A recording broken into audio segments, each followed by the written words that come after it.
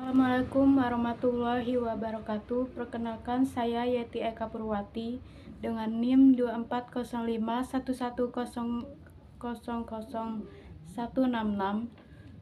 Di sini saya akan membuat video remedial mata kuliah Ilmu Pendidikan Islam. Soal nomor 1. Sebutkan dan jelaskan pandangan Islam terhadap manusia sebagai makhluk pedagogik.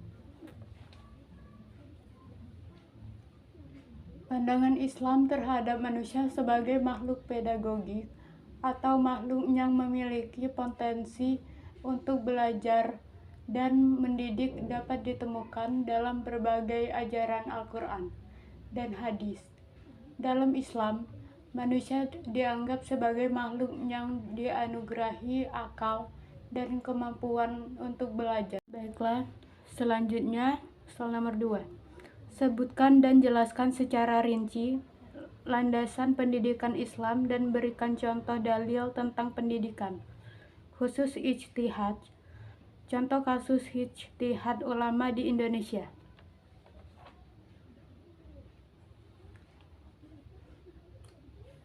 Pendidikan Islam memiliki dasar-dasar yang kuat yang berasal dari ajaran Al-Quran, hadis, dan juga pemikiran para ulama. Landasan pendidikan yang pertama ada tauhid. Pendidikan Islam berlandaskan keyakinan bahwa segala sesuatu berasal dari Allah. Tujuan pendidikan adalah mendekatkan diri kepada Allah dan mengajarkan nilai-nilai agama. Yang kedua, ada Al-Quran. Al-Quran adalah sumber utama ajaran Islam yang mencakup segala aspek kehidupan termasuk pendidikan. Selanjutnya ada hadis. Hadis adalah perkataan, perbuatan, dan persetujuan Nabi Muhammad SAW yang menjadi pedoman hidup umat Islam. Yang keempat ada ijma. Ijma adalah kesepakatan para ulama tentang suatu masalah hukum dalam Islam.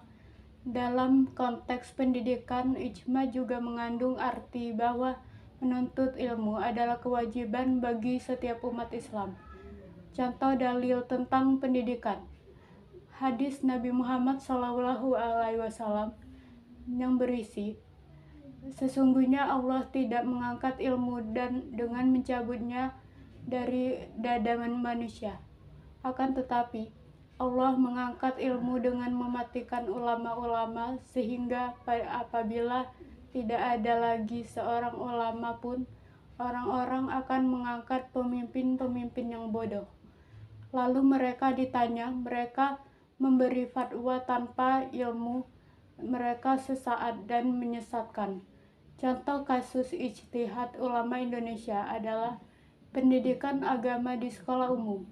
Ulama di Indonesia ijtihad tentang pentingnya pengajaran agama Islam yang konseptual dan relevan dengan perkembangan zaman saat ini. Selanjutnya soal nomor 3. Sebutkan dan jelaskan pengertian pendidikan Islam dan sebutkan mengenai kepintaran Nabi Muhammad SAW.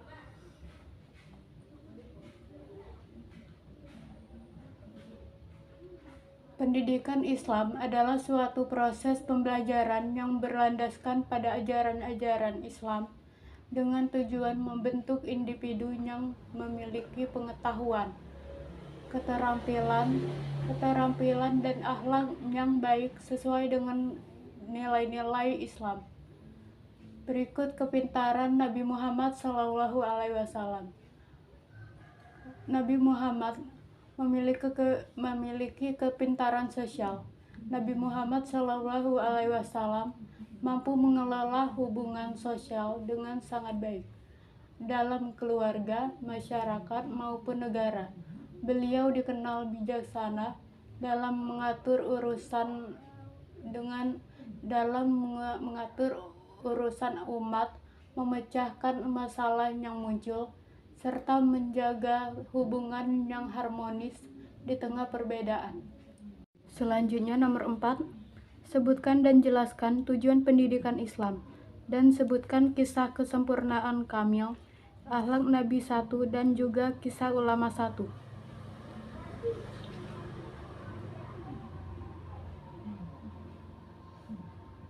Tujuan pendidikan Islam memiliki tujuan yang holistik, mencakup aspek spiritual, moral, intelektual, dan sosial.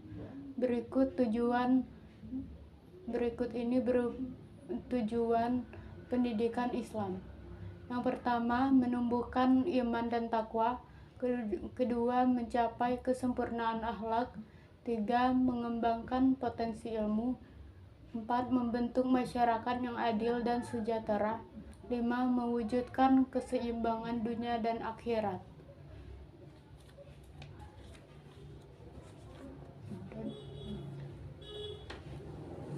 Selanjutnya, kisah kesempurnaan akhlak Nabi Muhammad.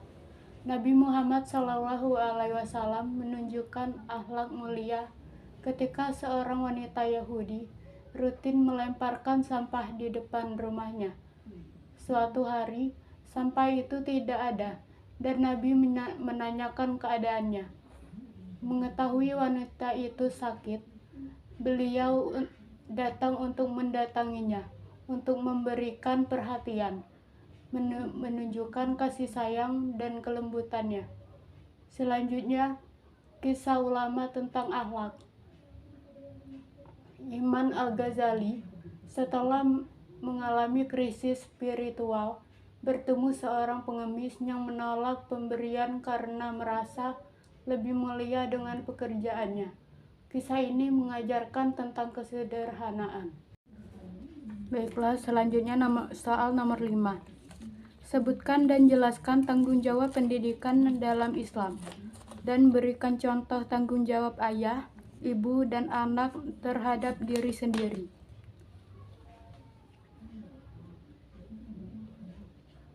Tanggung jawab orang tua.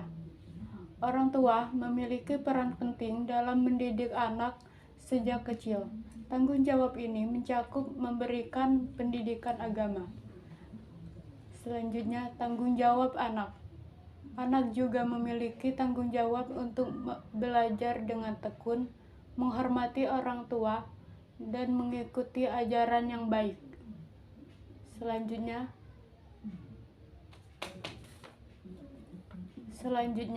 tanggung jawab terhadap diri sendiri. Setiap individu bertanggung jawab untuk mengembangkan potensi diri, baik dalam hal ilmu pengetahuan, akhlak, maupun fisik. Selanjutnya, ada tanggung jawab terhadap diri sendiri. Setiap individu bertanggung jawab untuk mengembangkan potensi diri, baik dalam ilmu pengetahuan, akhlak, maupun fisik.